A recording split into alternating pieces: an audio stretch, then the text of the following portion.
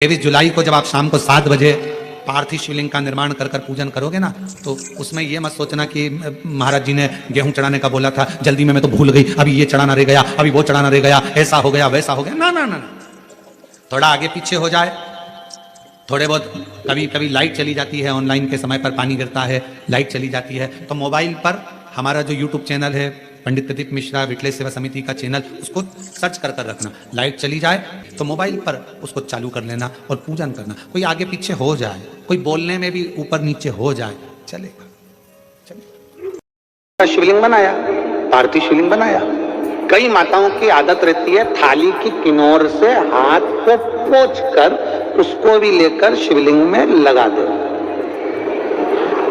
कई मेरी जीजियों की, कई मेरे जीजाओं की, कई मेरी माताओं की, कई मेरे बेटियों की, कई मेरे बेटाओं की आदत रहती है। की आदत क्या होती है? पार्थिव शिवलिंग का निर्माण करेगी, मिट्टी इसमें भर लेगी, सब कुछ कर लेगी। आप मिट्टी इसमें मिलाओ, मिट्टी मिलाने के बाद में आप उसका पार्थिव लिंग का निर्माण भी कर लो, मना नहीं है। पर निर्माण करने के बाद में जब पार्थिव शिवलिंग का निर्माण कर लो, उस समय पर हाथ को इस तरह से पोंछ कर फिर शिवलिंग में उस माटी को लगाना, ये श्रेष्ठता नहीं है। पार्वती जी ने पार्थिव लिंग निर्माण के समय पर एक छोटा सा भाव प्रकट कर दिया। अब शंकर भगवान ने कहा, पार्वती, हे पार्वती, तुमने पार्थिव लिंग निर्माण के समय पर माटी को अपने हाथ से खरोच कर लगाया है, तो तुम्हें भी संतान की जो प्राप्ति होगी वो शरीर के उत्पन्न से ही संतान की प्राप्ति। और सुनो पार्वती, तुमने वो माटी को बाद में अंकित किया गया है, इसलिए तुम्हारे पुत्र का शीश कटकर फिर वापिस अंकित किया जाए, पुनः फिर लगाया जाए। शिवाराधना में मिट्टी को बनाओ, पर मिट्टी चारों तरफ लगी, आप पोंछो, मना नहीं है। आप हाथ भी पोंछ लो, हम मना नहीं करेंगे। आपको हाथ पोंछना है, पोंछो, पर उस मिट्टी को फिर वापिस शिवलिंग के साथ, जब शिवलिंग बन गया फिर उसी मिट्टी को वापिस आपस में पोंछ रहे हो, ये श्रेष्ठता नहीं है, उसकी श्रेष्ठता नहीं है। श्रावण महीना, सुंदर पार्थिव शिवलिंगों का पूजन का महत्व हमारे यहाँ शिव महापुराण में वर्णन किया गया है। शिव महापुराण के पार्थिव पूजा महत्व में गीता प्रेस गोरखपुर की शिव महापुराण के 73वें पृष्ठ में भगवान शंकर के पार्थिव लिंग का पूजन का महत्व बताया गया है। आओ आज हम पाठ में भगवान शंकर के पार्थिव पूजन के महत्व को समझते हैं। सूत जी बोले, महर्षियों, पार्थिव लिंगों की पूजा कोटि कोटि यज्ञों का फल देने वाली है। कलयुग में लोगों के लिए शिवलिंग पूजन जैसा श्रेष्ठ दिखाई नहीं देता है।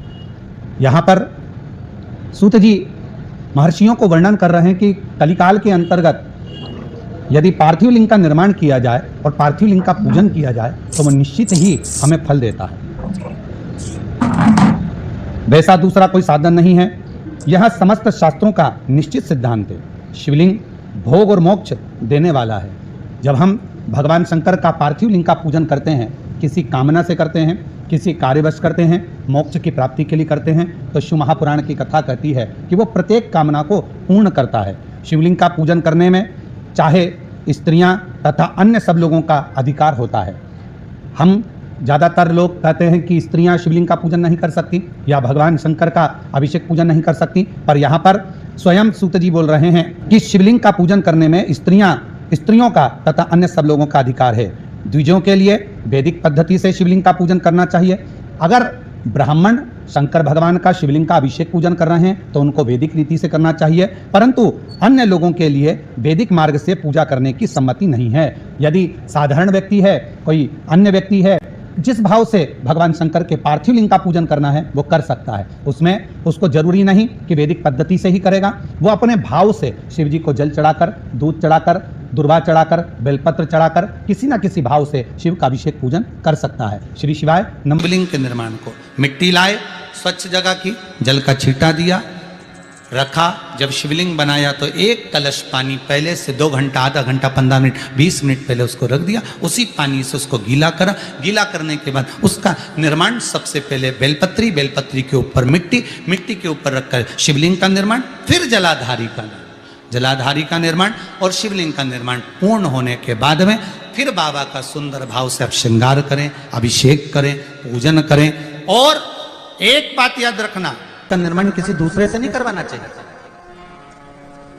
आजकल पार्थिव शिवलिंग का निर्माण नई नई डिजाइन से लोग करने लगे, ये अलग बात है, परंतु नियम पार्थिव शिवलिंग का जो नियम है, आजकल तो लोग भगवान का मुख बनाते हैं या वो अन्य स्वरूप बनाते हैं, पर पार्थिव शिवलिंग का जो निर्माण का विधान है, आप जैसा ब्रह्मा और विष्णु ने शिवलिंग प्रकट करा था, बस वैसा ही वैसा शिवलिंग भगवान शंकर का प्रकट कर लीजिए, वैसा कि वैसे ही शिवलिंग का निर्माण कर लीजिए।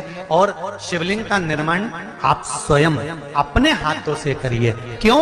क्योंकि लिंग पुराण के अंतर्गत आता है, जब सांसारिक मनुष्य अपने हाथों से किसी ब्राह्मण के साक्षी में बैठकर स्वयं यजमान जब शिवलिंग का निर्माण करता है, तो उसके हाथ की अगर कोई रेखा बेकार भी है, तो शिवलिंग को बनाते बनाते वो रेखा सुधर।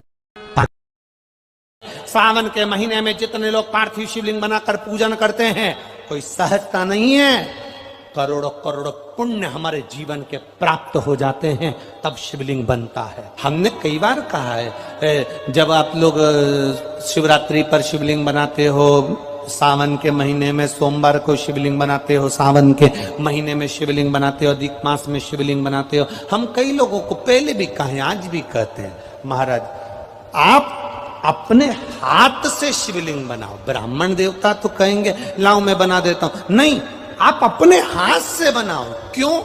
ये सारी जो भाग्य की रेखाएं है ना, जब शिवलिंग बनाते हो, हमारे हाथ की जो बेकार रेखा है, दुख की रेखा है, हमारी कहीं बेकार किस्मत की रेखाएं होती हैं, शिवलिंग बनाते समय वो रेखाएं भी श्रेष्ठ हो जाती हैं और हमारा भाग्य बदल देती हैं।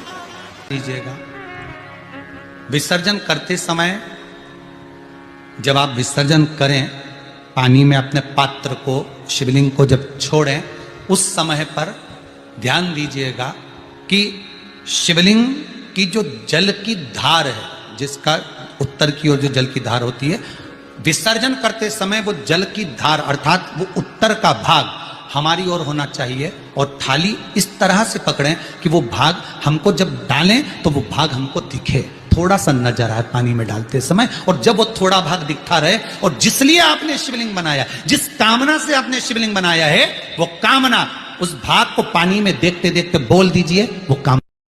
बहुत ध्यान दीजिएगा। मेरी जीजियां कथा सुन रही ऑनलाइन, जितने कथा को श्रवण कर रहे हैं, दिल से पूजन करना और बाबा से दिल से कहना हमारे यहां भी शंकर जी की कथा होना चाहिए, तो इतना देना झोली भर करके हम भी कथा करवाएं, सब प्रयास। महादेव, शिवरात्रि का पावन अवसर, सावन के महीने की पावन शिवरात्रि आ रही है।